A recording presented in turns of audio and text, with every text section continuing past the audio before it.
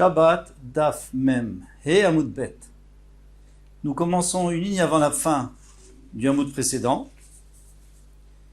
Ba mine Rabbi Shimon bar Rebi Merebi.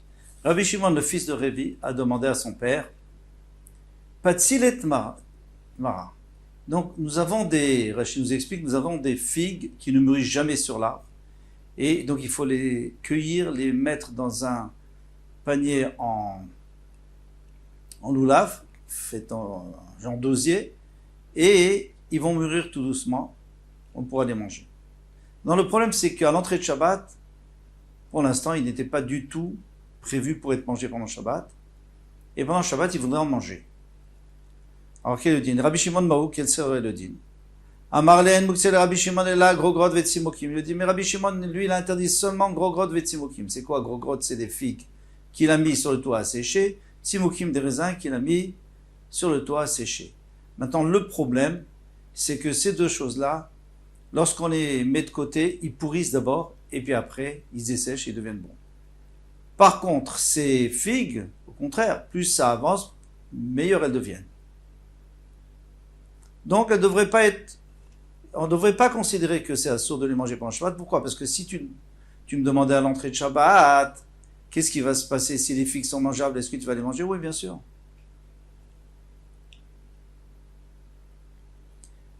Rebi, les Mukse. Alors maintenant, qu'est-ce qu'on apprend d'ici? Puisque Rebi dit au nom de Rabbi Shimon, ça sous-entend qu'il est d'accord avec Rabbi Shimon. S'il aurait dit, mais nous, on n'est pas d'accord avec Rabbi Shimon.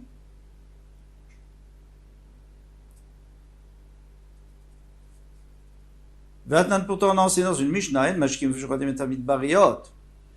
quelqu'un qui a des animaux, un troupeau de vaches, de moutons. Alors, il y a midbariot, c'est-à-dire ceux qui sont dans les prés, et il y a baitot, c'est ceux qui sont à la maison. Alors, on va utiliser le terme baitot, je n'ai pas trouvé de traduction exacte. Elles sont pas à la maison, elles sont à l'étable, elles sont proches, elles sont proches de la maison. Et les midbariot, elles sont, midbar veut dire pas seulement le désert, veut dire aussi dans les prés, dans les champs, en dehors de la ville. Alors on va dire dans les prés pour les midbariot, et les domestiques, c'est celles qui sont à la maison, bien qu'en vérité, elles sont toutes domestiques. Aval mashkin veshuratim et abaitot. Mais celles qui sont domestiques, on peut les... Alors attendez, je ne crois pas que j'ai commencé. Vatnan. Et pourtant, l'enseignant Mishnah, en mashkin, on n'a pas le droit de faire boire, veshochatin, et faire la shrita et un medbariot de ceux qui sont dans les prés. Pourquoi? On les faisait boire pour qu'après la peau soit plus facile à dépecer. Maintenant, on ne peut pas leur faire la shrita, parce que tout simplement, à l'entrée de Shabbat, on n'y pensait pas, puisqu'elles sont loin. Aval mashkin veshochatin et abaitot. Mais celles qui sont domestiques, donc proches, et ça on va expliquer tout de suite, on a le droit. Betania, et la Braïta nous a dit, une barrière. Voici, qu'est-ce qu'on appelle ceux qui sont dans les prés? Tous ceux qui sortent à Pessah, donc au printemps. V'nichnasot, et reviennent à l'état Barevia, au Cheshvan. Dès qu'il pleut, elles rentrent. Donc c'est-à-dire qu'elles sont, tout l'été, elles sont loin de la maison. Baitot, qu'est-ce qu'on appelle domestique? Kol, shiot, sodverot, chutz latrum.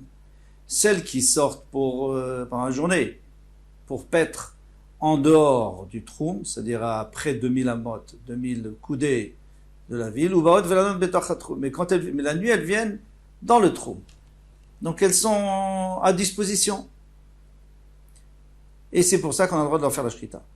Rabbi Omer, Rabbi dit, elu velu baitot. Les deux, cela et cela s'appellent des baitot. Même celles qui partent pour 6 mois et qui reviennent, finalement, elles sont domestiques. Velu en midbariot. Alors, qu'est-ce qu'on appelle celles des prés? Kol shirot ba'afar, tous ceux qui vont dans les prés, venir nasot leishuv, elles rentrent jamais en ville. Lobimot achamav et lobimot ageshamim. On va les chercher là-bas. Très bien. En tous les cas, ici on voit que Rabbeinu Akadosh, il est d'accord, il est d'accord avec ce principe qu'il y a celles qui étaient dehors et il y a celles qui étaient dedans. Donc celles qui étaient dehors, puisqu'on ne pensait pas à elles, eh bien, on n'a pas le droit de leur faire la shrita. Donc on voit que tout ce qui n'était pas prêt ben hashmashot, migo de Itzae, puisqu'il était mouktsé ben hashmashot, eh bien Itzae, l'ikol yoma. Eh bien c'est mouktsé pour tout Yom Tov, bien qu'elles sont revenues finalement, puisque sinon, comment est-ce qu'ils les auraient eues? Parce qu'elles sont revenues. Alors, en tous les cas, il est d'accord avec ça. Et maintenant, celles qui sont baïtot, alors pourquoi est-ce qu'on aurait le droit de les manger? Puisque c'est très possible que Ben Hashmashot, elles étaient encore dans les prés, puisqu'elles rentrent que la nuit. Alors pourquoi on aurait le droit de les manger? Et le Ran, il nous donne la réponse habituelle. Je parle maintenant d'après ceux qui interdisent, d'après Rabbeinu Kadosh et Rabbi Houda. Alors il donne la réponse qu'il a déjà donnée une fois, c'est que le fait que ça soit un issour d'aller les chercher, Ben Hashmashot, d'aller les chercher en dehors du troum, c'est un issour des Rabbanan. Et tout issour des Rabbanan ne va pas entraîner un migo de Itzae et Ben Hashmashot. Il ne va pas entraîner le issour, le fait que Ben Hashmashot, elles étaient interdites, elles restent interdites tout Shabbat. Ça n'entraîne pas, c'est seulement un issour de la Torah, comme par exemple la lumière, le nerf qui brûle. Alors maintenant, en tous les cas, on a une question, c'est que d'abord, tu nous dis comme Rabbi Shimon, et maintenant tu ne nous dis pas comme Rabbi Shimon. Si tu veux, je te dirais que là aussi, ça c'est comme des gros grottes et des tzimokim. Pourquoi? Parce qu'il y a les deux conditions, comme les raisins secs et les figues sèches. Pourquoi? Les deux conditions. D'abord, c'est qu'elles ne sont pas comestibles, elles s'abîment, et après elles deviennent bonnes. Et en plus, il les a repoussées de son esprit. Et là, c'est la même chose, puisque elles sont, on peut pas leur faire la shrita, elles sont à 10 km. Et si tu veux, je te dirais, les dvarav de Rabbi Shimon Ka'amarle. Peut-être qu'en vérité, Rabbi ne pense pas comme Rabbi Shimon. Quand il avait dit en haut que d'après Rabbi Shimon c'est moutard, lui disait Rabbi Shimon c'est moutard, mais pour nous c'est assourd. Et pour lui, il n'est pas d'accord. Lui dit que c'est moutard. Donc la première réponse, la première possibilité, c'est qu'il pense comme Rabbi Shimon, et il dit que ces animaux, c'est comme les gros grottes que même Rabbi Shimon interdit. Deuxième réponse, il pense comme Rabbi Houda, mais il dit, sachez que d'après Rabbi Shimon, ça serait moutard. Et une troisième réponse, les livréem de Rabbanan Kamar Leou. Lui, en vérité, il pense comme Rabbi Shimon que c'est moutard, mais il dit, d'après vous, les Rabbanan que vous interdisez, comme Rabbi Houda, alors, les dit, il dit, les mouktsé moi, j'ai pas mouktsé, les dit, trou, ou d'où les mias, d'echad et otsot, ba Pesach, v'nechasot ba Revia. Soyez d'accord avec quoi quand même, que si elles sortent à Pesach, et qu'elles rentrent en hiver, des baïtot ninouk, ça s'appelle, qu'elles sont domestiques. Donc en fait, il n'est pas en discussion avec eux sur le principe. Le principe, de toute façon, ils seront jamais d'accord. Mais ce qu'il est en discussion avec eux, et ce qu'il veut que eux fassent un effort pour revenir vers lui, c'est de savoir est-ce que celles qui sont là 6 mois et qui sont dehors 6 mois s'appellent domestiques d'après lui et d'après eux s'appellent des prés. Les Rabbanan Boulé, l'homme Midbariot Ninu, et les Rabbanan disent non, Midbariot Ninu, ce sont des animaux des prés. Amar, Rabbi Yochanan, Amro, Alacha, qui est Rabbi Shimon. Ils ont dit que l'Alacha c'était comme Rabbi Shimon. Donc Rabbi Bachana, au nom de Rabbi Yochanan, dit qu'ils ont dit, qui on ne sait pas, ils ont dit, les Chachamim, qu'Alacha qui est Rabbi Shimon. Ou Miam Rabbi Yochanan Achim, mais est-ce que Rabbi Yochanan a dit que l'Alacha est comme Rabbi Shimon? Vea, Ba'amine, Haoussaba. Et pourtant il y avait un homme âgé, Kirouya de la ville de Krouya, Vamrila Syrian, l'église qui de Souria. Mais Rabbi Yochanan, ils ont posé la question à Rabbi Yochanan, qui n'a chez le Tarnégolet? Donc un nid de poule. Alors c'est pas un nid de poule, ça veut dire autre chose, un nid de poule. Un nid, ça veut dire un poulailler, quoi. Maol est-il toulé, mais Shabbat? Est-ce que j'ai le droit de le déplacer pendant Shabbat? Deux possibilités. On va d'après Rashi. Après, il y a une marloquette à Rishonim. Deux possibilités. Ou alors, c'est un cliché mlartoli iso. Donc, c'est un ustensile qui est fait pour un iso, parce qu'on met dedans des poules. Eh bien, à ce moment-là, on a dit que si on a besoin de ce kéli pour autre chose, ou si on a besoin de l'endroit, on a le droit de le déplacer. Cliché mlartoli iso, on a le droit de déplacer tsarir, goufo ou mekomo. Si on a besoin de lui ou si on a besoin de son endroit. Par contre, si on considère que c'est un bassis lidvarasur, puisque c'est une base pour les poules. Les poules, on ne peut rien en faire. Pendant Shabbat, on ne peut rien en faire. Donc dans ce cas-là, ça sera interdit de déplacer totalement. Amarle, Kloumassou, il a été un égolim, il lui dit, mais c'est que fait pour les poules, donc c'est sûr qu'on n'a pas le droit. Alors il m'a dit, non, Achabem Askinan Deidbe et Fouachmet. En tous les cas, qu'est-ce qu'on a vu d'ici? On a vu qu'il a interdit. Sous-entendu, il n'est pas d'accord avec Rabbi Shimon, puisque Rabbi Shimon lui dit qu'à partir du moment où on peut en avoir une utilisation, il n'y a aucun problème. Achabem Askinan, la Gemara répond, de quel cas s'agit-il? Deidbe et Fouachmet. Dans ce poulailler, il y a un poussin mort. Un poussin mort, eh bien, qu'est-ce que vous voulez qu'on en fasse? Ça va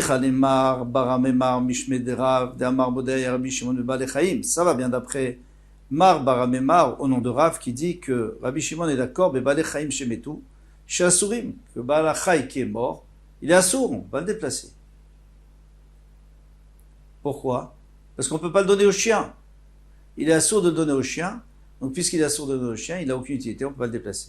Et là, les Marberet de Rabbi Yosef, Mishme de Rava de Amar, Chalouka et Rabbi Shimon, Afilu Bebalechaim Shemetu, Shem Mutarim, qu'on a le droit de les donner aux chiens. Alors, dans ce cas-là, ben voilà, donc il n'y a aucun problème de déplacer. Maïk Alemar, qu'est-ce que tu vas dire? Achabe Mayaskinan, ici, de quoi s'agit-il? Betsa. Il y a un œuf. Un œuf, c'est un problème parce que c'est Nolad. Il est pondu pendant Yom Tov. Et donc hier, il n'était pas là. Donc tu ne peux pas dire que hier soir, j'ai pensé que j'allais peut-être l'utiliser. Mais il n'était pas là hier. Celui qui tient Moukse, donc Rabbi Houda, il était Nolad. Alors lui aussi, il tient que Nolad, si ça a été pondu ou si ça a été né si c'est quelque chose de nouveau pendant Yom Tov, eh bien, c'est assaut. Et l'été Moukse, mais celui qui ne tient pas Moukse, comme par exemple Rabbi Shimon, l'été Nolad, lui, il n'a pas non plus Nolad. Alors, puisqu'il n'y a pas de problème de Nolad, alors déplace ton poulailler. Alors, il répond, Deidbe, Betsat Efroar. Il y a dedans Betsat Efroar. C'est-à-dire qu'à l'intérieur, il y avait un œuf, et à l'intérieur de l'œuf, il y a déjà un poussin à l'intérieur. Alors, l'homme ne peut pas le manger parce qu'il n'est pas encore sorti. Donc, il est taref, on ne peut rien en faire. Et le chien ne va pas le manger non plus parce qu'il est dans la coquille.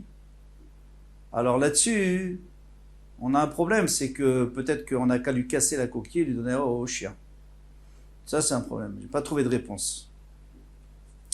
Qui est Rav Yitzchak bar Yosef? Quand est venu Rav Yitzchak bar Yosef, Rabbi Yochanan, l'alacha ki Rabbi Yehuda. L'alacha ki Rabbi Yehuda. Donc, yesh muktzeh, il y a muktzeh. Rabbi Yoshua ben Levi Amar alacha ki Rabbi Shimon, qui n'a pas muktzeh. Amar Rav Yosef a dit, Aïnou d'Amar Rabba, Baba Chana. Alors moi je comprends ce qu'il a dit Rabba Chana, Rabbi Yochanan, au nom de Rabbi Yochanan. Amrou alacha ki Rabbi Shimon. Ils ont dit que l'alacha est comme Rabbi Shimon. C'est-à-dire que Rabbi Yochanan lui-même, il ne le pense pas, puisque lui dit qu'il n'est pas d'accord avec ça. Lui dit alacha ki Rabbi Yehuda. Donc quand il a dit Amrou, c'est-à-dire ils ont dit. Amrou, vele los virale. Ils ont dit, mais lui, il ne pense pas. Parfait, donc on a une preuve. Maintenant, on comprend pourquoi il a dit Amrou. Amarle Abaye le Rav Yosef, Abaye dit Rav Yosef, ve'at lotis vera, de Rabbi Yochanan Rabbi Yehuda. Et toi, tu ne savais pas ça avant? Quoi, c'est maintenant que tu l'apprends? Mais on l'a toujours su.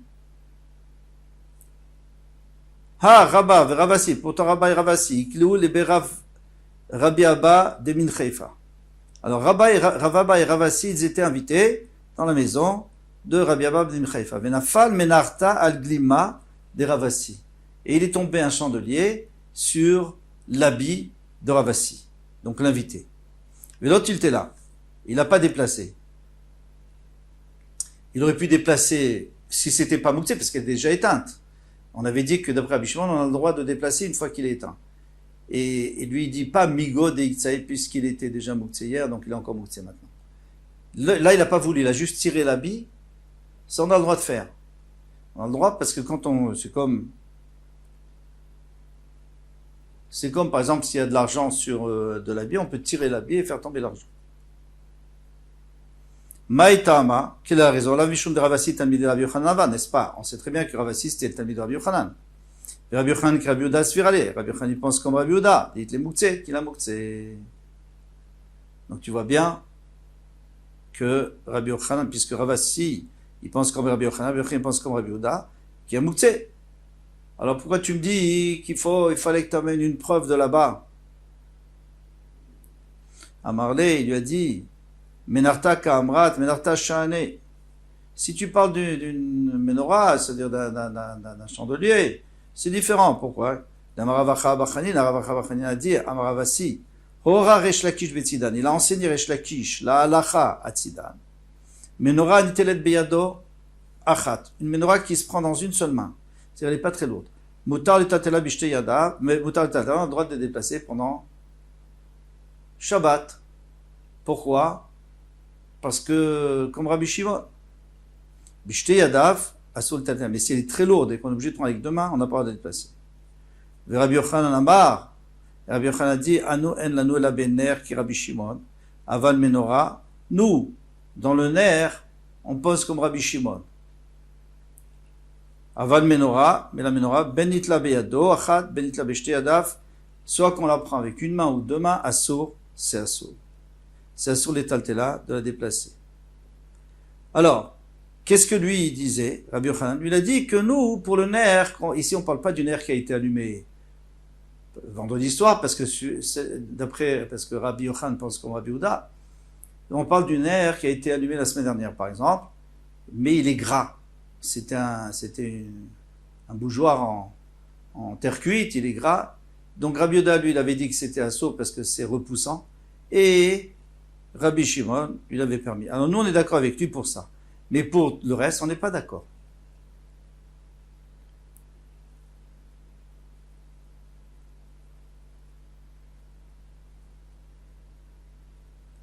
Vetama, Mai. Et quelle est la raison? Rabba Rav Yosef d'Amrei Tarvayou, Oïd Vadam Kover Lamakom. Les deux ont dit parce qu'un homme fixe un endroit. Alors ça veut dire quoi? Il fixe un endroit. Ça veut dire que un homme, il a une menorah, il n'a pas envie que ça se casse. Elle est lourde. Elle peut se casser, elle peut tomber. Donc c'est pour ça qu'ils ont dit que si elle est lourde et qu'il faut avec deux mains, quelqu'un il préfère la laisser à sa place. Donc on rentre dans un problème de Moukhtse Mechamat Chisaron Kis. C'est Moukhtse parce qu'on n'a pas envie de déplacer, de peur qu'il se casse. Et Rabbi Yochanan lui va dire que même un bougeoir normal, on n'a pas envie de déplacer. Ok. Alors ça, c'est finalement, on voit bien qu'il pense comme Rabbi Yehuda. Mais ça, c'est seulement maintenant qu'on sait qu'il pense comme Rabbi Yehuda, parce qu'il nous a dit, Amrou, ils ont dit. Mais avant cela, même avec cette braïta, on n'aurait pas de preuve. Pourquoi? Qu'est-ce qu'il y a écrit dans la braïta? Il y a écrit que